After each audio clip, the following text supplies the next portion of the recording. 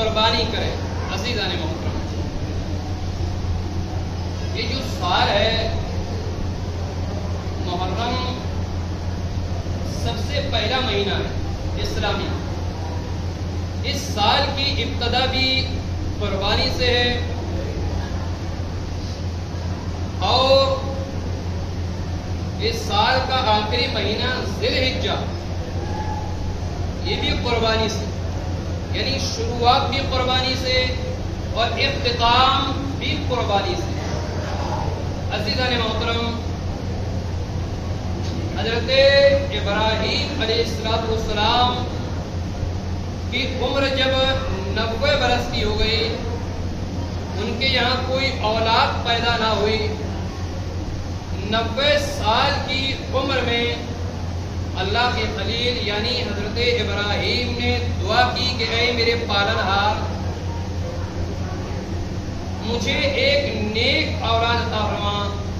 اللہ مجھے نیک اور صالح اولاد عطا فرما. 90 سال کی عمر میں جب ابراہیم نے دعا کری، تب اللہ تبارک و تعالی نے حضرت ابراہیم کو اسماعیل کی صورت میں ایک بیٹا عطا فرمایا 90 سال کی عمر میں. لیکن عزیزان محترم، اب جس بیٹے کو ابراہیم نے 90 سال کی عمر میں پایا ہو، اس بیٹے سے ابراہیم کی محبت کیا رہی، اس بیٹے کے لیے ابراہیم کے دل میں کیا عظمتیں اور کیا رفتیں ہوں گی کہ 90 سال کی عمر میں جسے پایا ہو.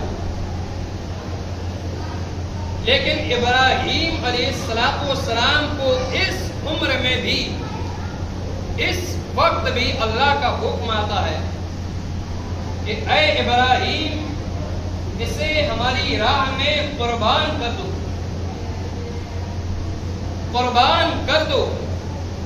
اللہ کا حکم پا کر ابراہیم اس قربانی کے لیے تیار بھی ہو گئے.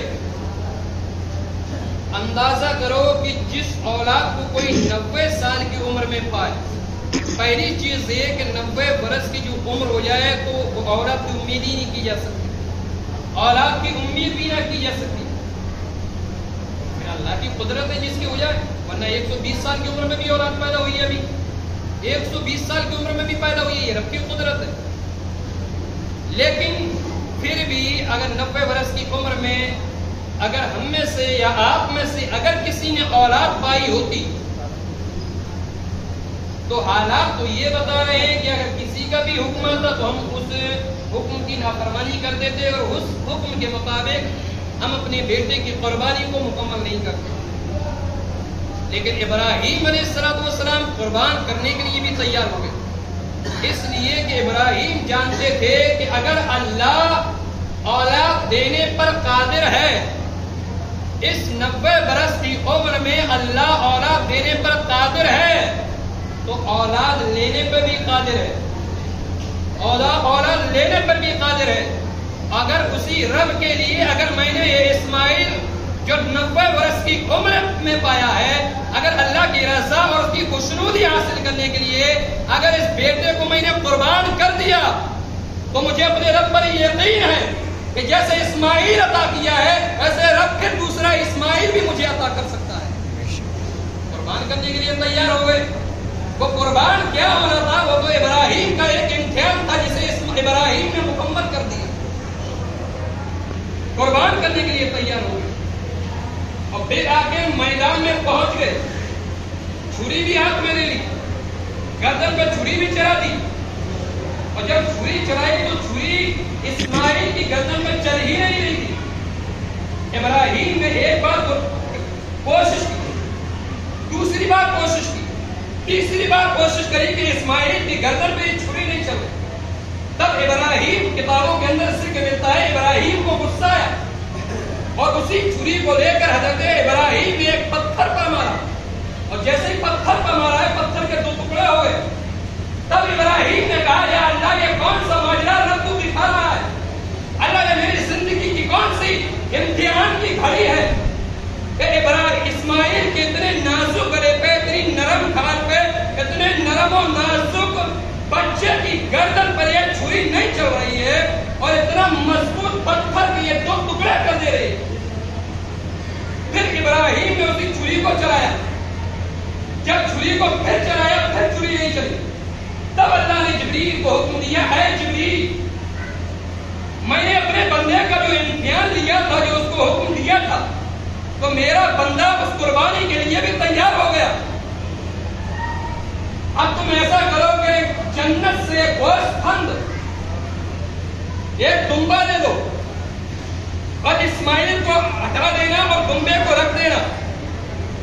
یہاں یہ کیوں کہا گیا کہ اسماعیل کو ہٹا دینا اور دمبے کو رکھ دینا؟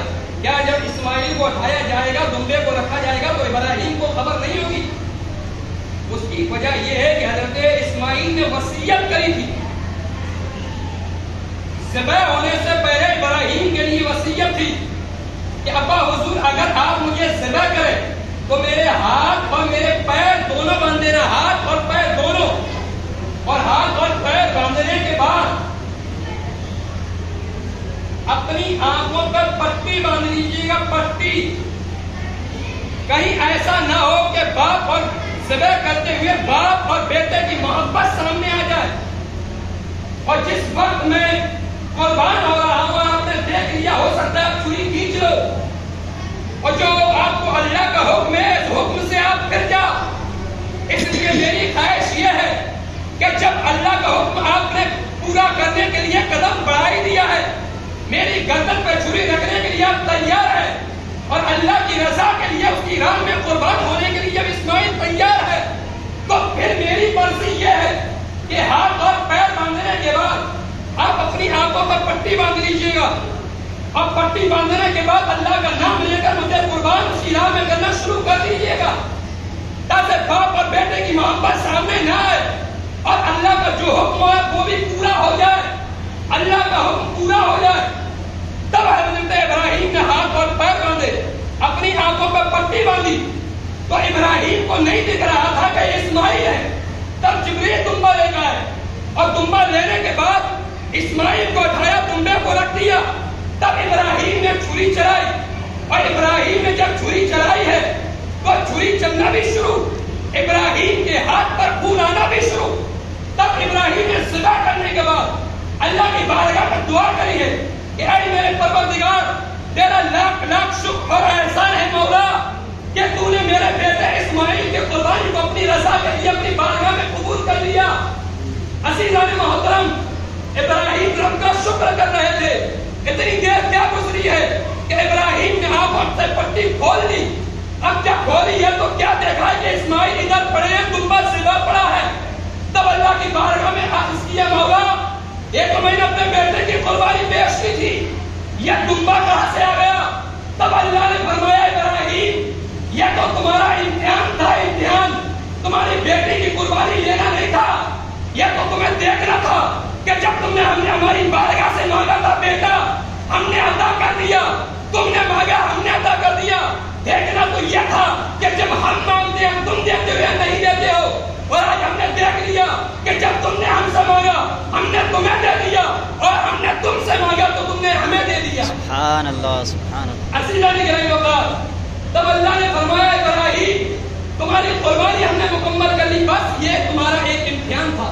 عزیزان محترم, کہنے کا مطلب یہ ہے کہ اللہ رب العزت نے حضرت ابراہیم کو بڑا مقام اور بڑا درجہ عطا فرمایا تھا. ایسے اللہ کے نیک بندے تھے کہ اللہ کی راہ میں بیٹے کو بھی قربان کرنے کے لیے تیار ہو گئے. اس سے یہ مطلب چلا کہ اگر اولاد کو قربان کیا جا سکتا ہے تو رب کے حکم کے مطابق ہر چیز اس کی بارگاہ میں قربان کی جا سکتی ہے.